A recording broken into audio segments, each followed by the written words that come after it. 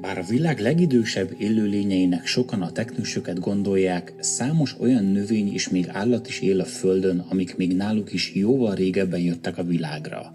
Az egyik ilyen állatnak a grönlandi cápák számítanak, amik akár 500 évig is élhetnek.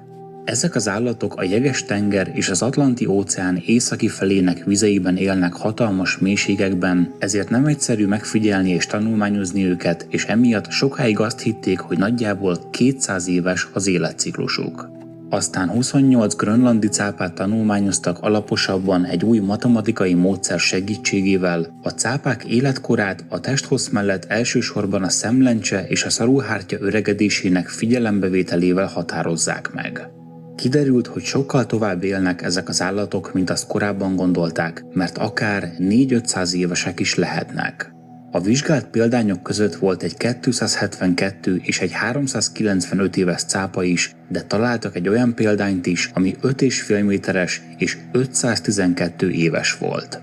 A grönlandi cápáknak a hideg környezet miatt rendkívül lassú az anyagcseréje és a növekedési üteme is, mert az ivadékkoruktól kezdve egész életükön át folyamatosan növekednek, évente átlagosan mindössze 1 cm-t.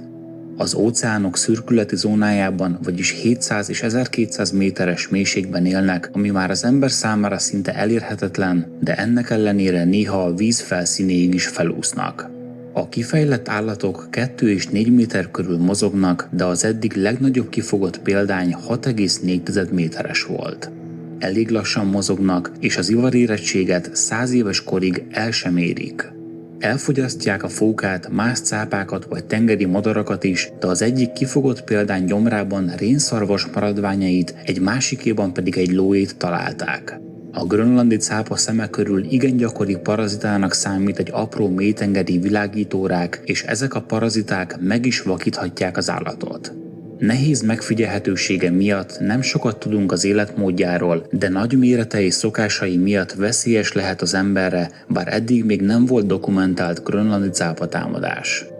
Nemrég azonban egy olyan videó is felkerült az internetre, amin a feltöltő azt állította, hogy egy 80 millió éves cápát sikerült találnia.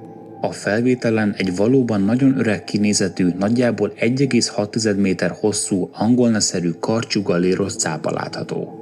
De kiderült, hogy nem 80 millió éves, hiszen ezek a cápák nagyjából 20-25 évig élnek, viszont maga a faj már több mint 80 millió éve jelen van a Földön, így ez okozhatta a félreértést.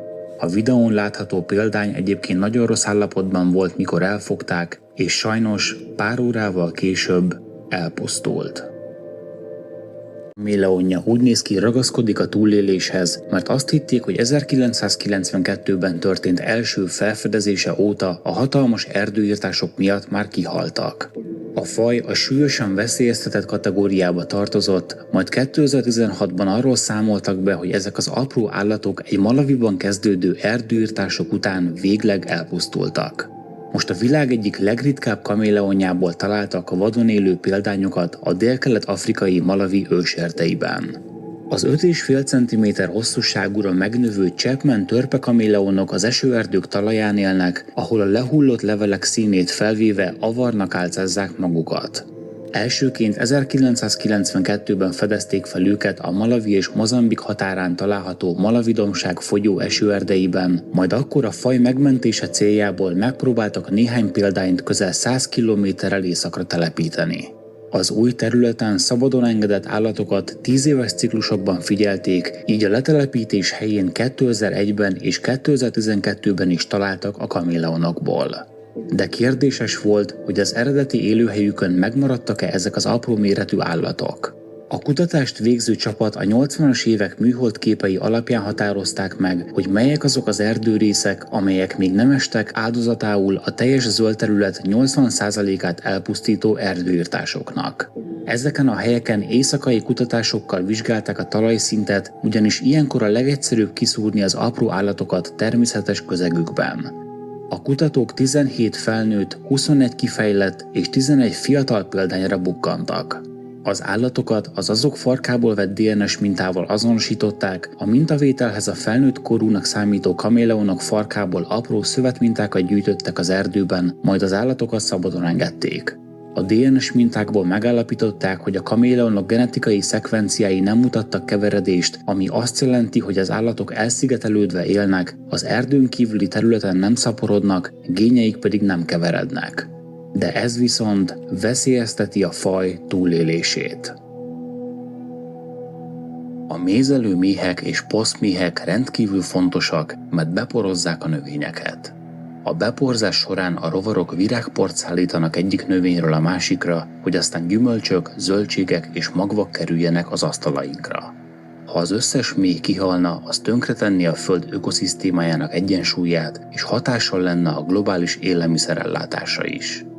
Európában több mint 800 vadon élő méhfaj él, amelyek közül 7-et kritikusan veszélyeztetettnek minősítettek. Bár nem valószínű, hogy az összes méhfajt egyhamar kiirtják, ezeknek a veszélyeztetett fajoknak az elvesztése nagy hatással lenne életünkre.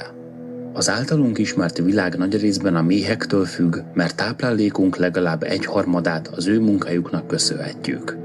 A méhek és más beporzó rovarok, például a darazsa globális gazdasági értéke a számítások szerint több mint 5000 milliárd forint, és ebből a mézelő méhek évente közel 1000 milliárd forintot termelnek a világon. A Földön körülbelül 20 000 méhfaj él, és valószínűleg nincsen náluk fontosabb beporzók.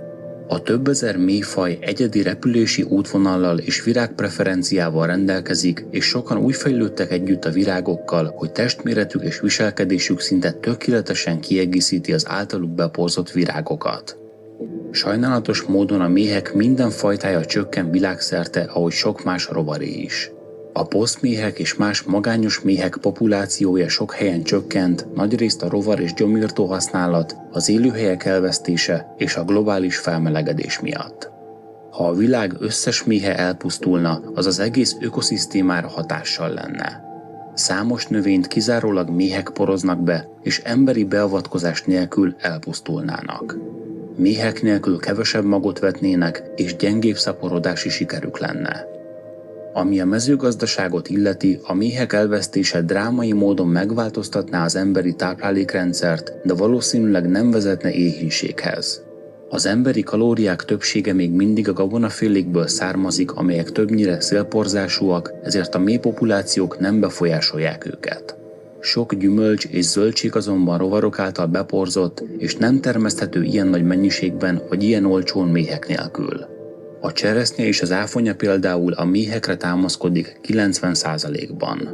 Bár a kézi beporzás a legtöbb gyümölcs és zöldségnövény esetében lehetséges, ez elképesztően munkaigényes és drága lenne.